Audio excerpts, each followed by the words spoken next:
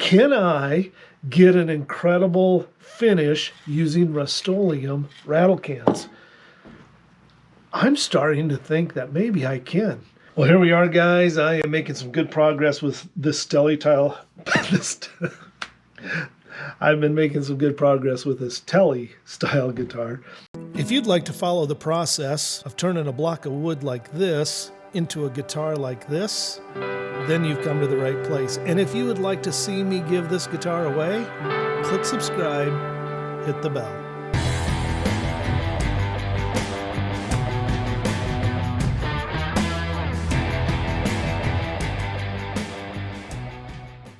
Well, hey guys, here we are again. I'm making some progress with this Telly style guitar. It's been a long journey with this. I mean, I am now on the third time of doing this back a different way. Started off with going with a pearl white. That really didn't turn out. Then I decided to go with black. That turned out pretty decent. And then when I was going to put the electronics in, I dropped the stinker and I chipped the back. So that made me a little unhappy. So I just sanded it all down. Then I thought, what the heck? It's my guitar. I can do with it what I want, right? So I decided to try something different.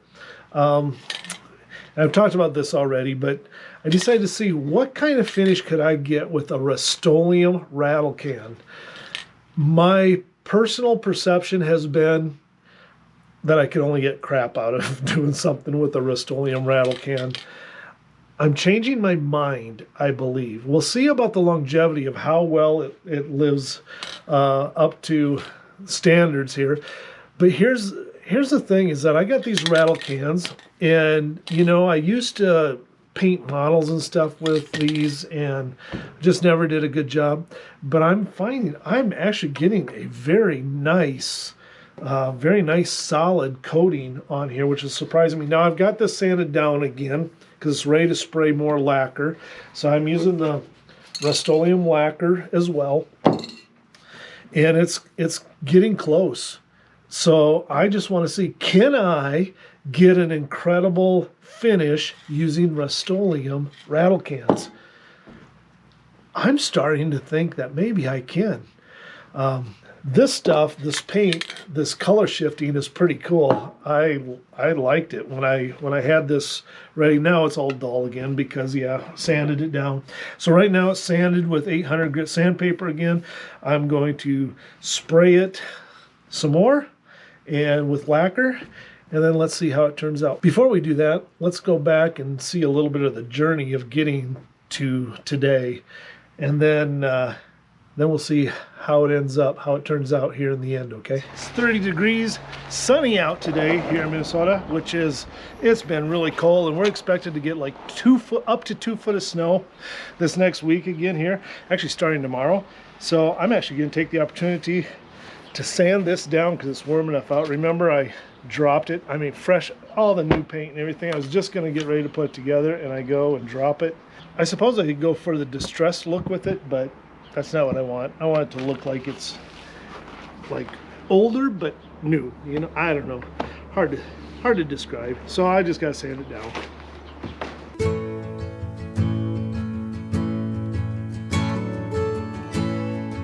Well, I started off with 80 grit sandpaper. I do have 60 grit, but I figured 80 would be enough. So I used 80 grit, went to 120, 220, then 320.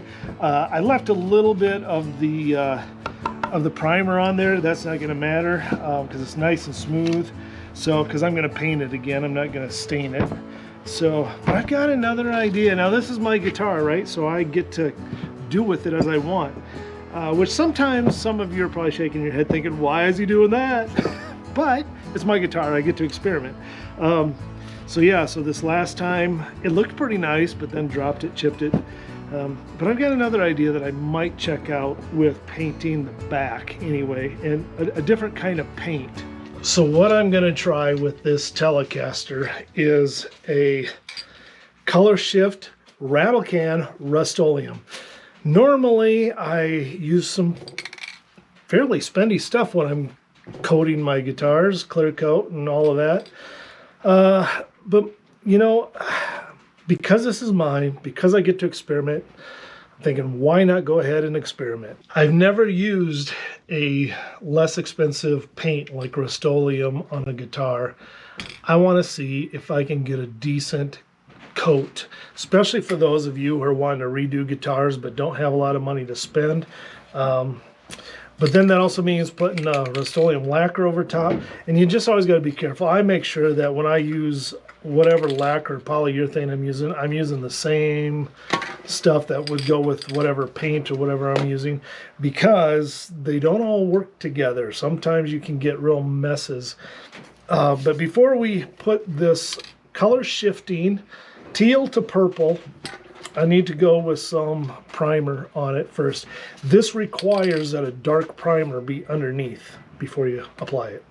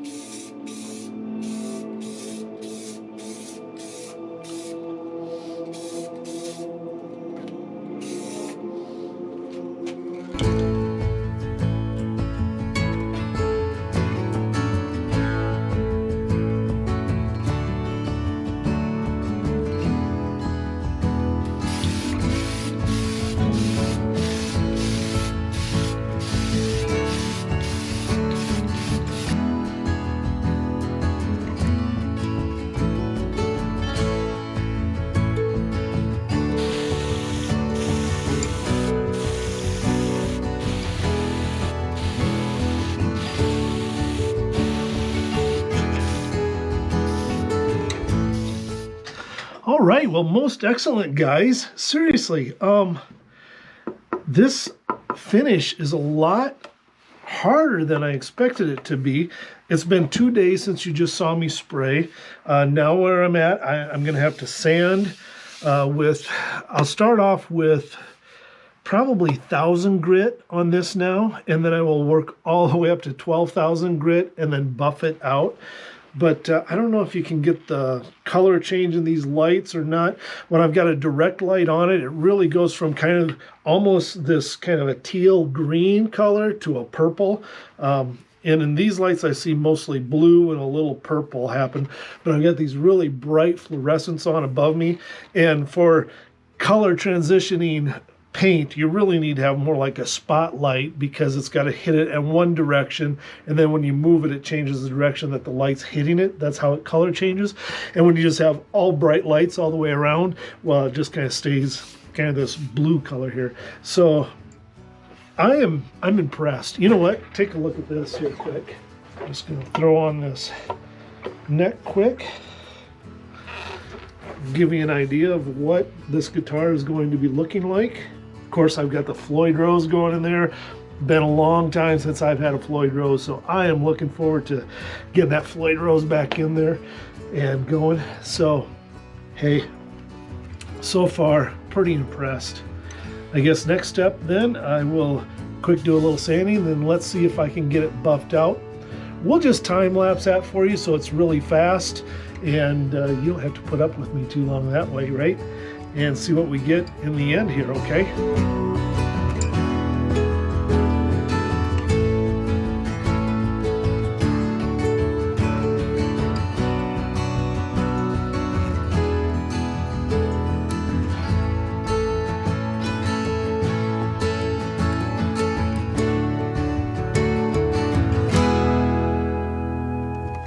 Guys, this is polishing up pretty nicely.